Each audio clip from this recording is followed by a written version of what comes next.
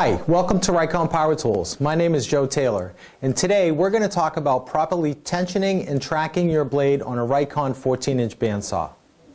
Okay, let's get started. So the RIKON bandsaw has two doors, a hinge door on the guide post, and then it also has a leveling bar underneath the table to provide ample support to make sure your table's level. So before we go to change the blade, what you want to make sure of is that you have a good pair of gloves, because changing the blades, you don't want to cut your hands, so you want to have them ready and available. So we're going to open up the top door. We're going to open up the bottom door. We're going to open up our guide post that's on a hinge door by loosening up this knob right here. The next thing we're going to do is we're going to take my Allen key that's stored on the back of the saw. We're going to loosen up the leveling bar, okay, and we're going to slide that out of the way. You notice that has a notch, so it's very easy to slide in and out of the way. We'll set that wrench down. Next thing we're going to do is we're going to make sure that we back off all your bearings, both on the right and left side of the blade, both on the top and bottom.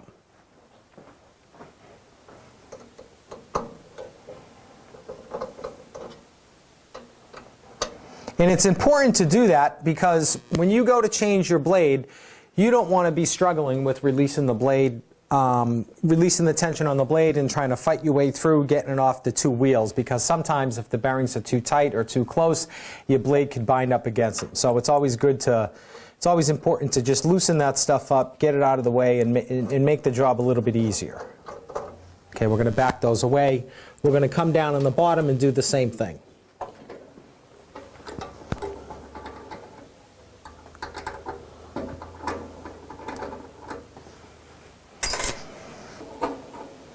Okay, so now that both the top and bottom bearings are backed away from the blade, what I'm going to do is come around to the back side and release the tension, which is going to release the pressure off the wheel as the top wheel drops down. What you want to make sure of is that you have a good pair of gloves, because the blades are sharp and you don't want to nick your hands. So I'm just going to put these on. Then I'm going to come inside here, and with two hands I'm going to slide the blade off the wheel. And you want to be careful, because if you notice on the side and on the door, you want to be able to slide the blade through this channel that's here and around the door. That's why it's important to wear gloves. Okay, now I have my new blade. It's very important that when you set up your new blade that the teeth are pointed in the right direction. You always want the teeth to be pointing down on the saw. Sometimes the bands will come in, flip backwards, and when you go to put the blade on, the teeth are in the wrong direction. So you just want to make sure of that. So now what I'm going to do is come over to the saw, okay? I'm going to slide it in the slot that's on the table. And I'm going to sit it on the top wheel as best as I can and easily guide my blade into that channel that's over here on the right hand side. I'm going to slide this back.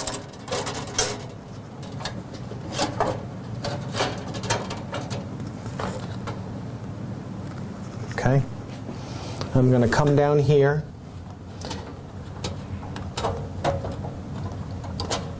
It gets a little bit tricky sometimes because you have to make sure the blade slides in this blade guard that's right here. Okay? So now that I have the blade on both wheels, what I want to do is come over to the back side of the blade, lock my quick release tension back in place where I have some tension on the blade, inspect to make sure that my bottom bearings and my top bearings, especially the thrust bearing in the back, are not interfering with the blade. Now, I'm going to take the wheel and just give it a slight turn to see where the blade is tracking. Now, when you're setting up your blade, you want to make sure that you center the blade on the center of the wheel, and this is all done by eye. If the blade looks to be tracking to the front or back, on the back of the saw, there's a tracking knob that you're going to be able to loosen, that you'll be able to loosen and then adjust, pivoting the top wheel front to back to properly track the blade centered on the wheel. So I'm just going to go through that process real quick right now. So as I'm spinning the wheel, I can see that I'm a little bit off, so I'm going to make a slight adjustment to pull that blade back into the center of the wheel. Okay, that looks pretty good. I check the top, I check the bottom, I do the same thing, and everything looks good. Now, the next thing I'm going to do is I want to make sure that I have proper tension on the blade. So with all the bearings backed away, I'm going to take the blade guard and I'm going to lower this down, and I'm going to sit my hand on the table because that's about the right height. I'm going to just lower the blade guard down till I have it sit right above my hand. Okay? Once that's in place, I'm going to take this and just push this with my finger, and you want less than 3/16 tension on the blade. If it feels a little bit loose, simply come on the top, and this is your tensioning knob right here. And what that's going to do is tighten up the wheel against the blade. So I'm going to turn this a little bit so that I can get a little bit more tension. Now, because I can't get a very good feel, I'm going to take off my glove just to see how much tension I have.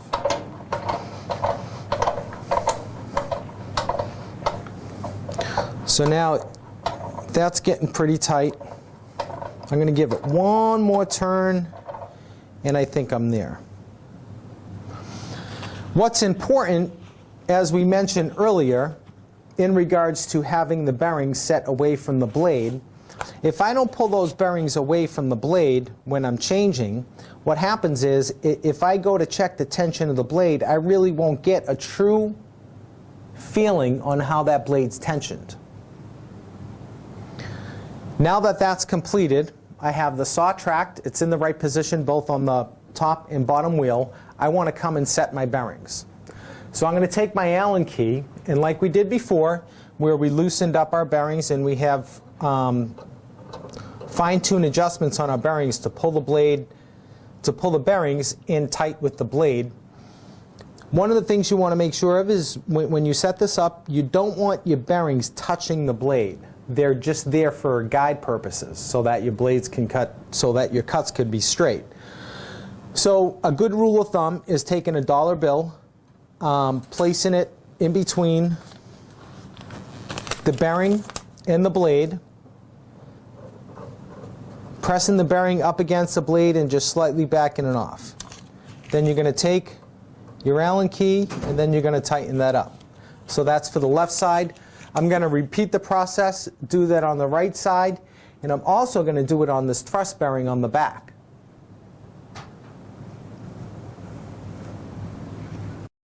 One other thing you want to make sure of is that after you finish setting the distance on your guide bearings, you want to make sure you set the bearing slightly behind the gullet of the blade. Approximately 3/16 of an inch would work fine. So you're going to do that again on the top and on the bottom. So now that I have my blade tracked properly, I have my bearing guide set.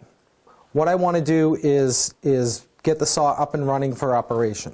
So what I'm going to do is close the bottom door, close the top, close the hinge door, close the top door, and then my leveling bar that I loosened up to remove the blade, I'm going to slide back in place, and I'm just going to take my Allen key and give that a quick tighten. Okay. Put that back in its storage compartment on the back, and now I should be ready to go. So before I plug it in and get started, I want to make sure, again, that I have proper tension on my blade, my bearings are set, everything is all tight, ready to go. Open the door one more time, give it a quick spin. Make sure nothing's interfering and the blade isn't hitting any bearings or the guide post. We'll lock it up and we're ready to go. Okay, now that we've properly set the tension and our guide bearings to the blade, it's time to cut some wood. Most important thing, make sure you wear safety goggles. Let's put those on. First thing we want to check, again, we'll just take a quick double check, make sure we have proper tension on the blade. Take a good spin of the wheel, make sure everything is running properly, there's no interference. And we're ready to go. So I just have a piece of maple here that we're going to cut.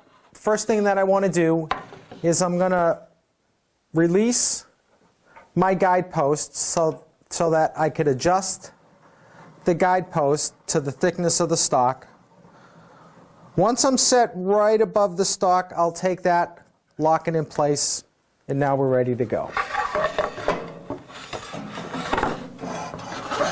So I'm just going to adjust my fence over and take about maybe an inch off this piece of wood.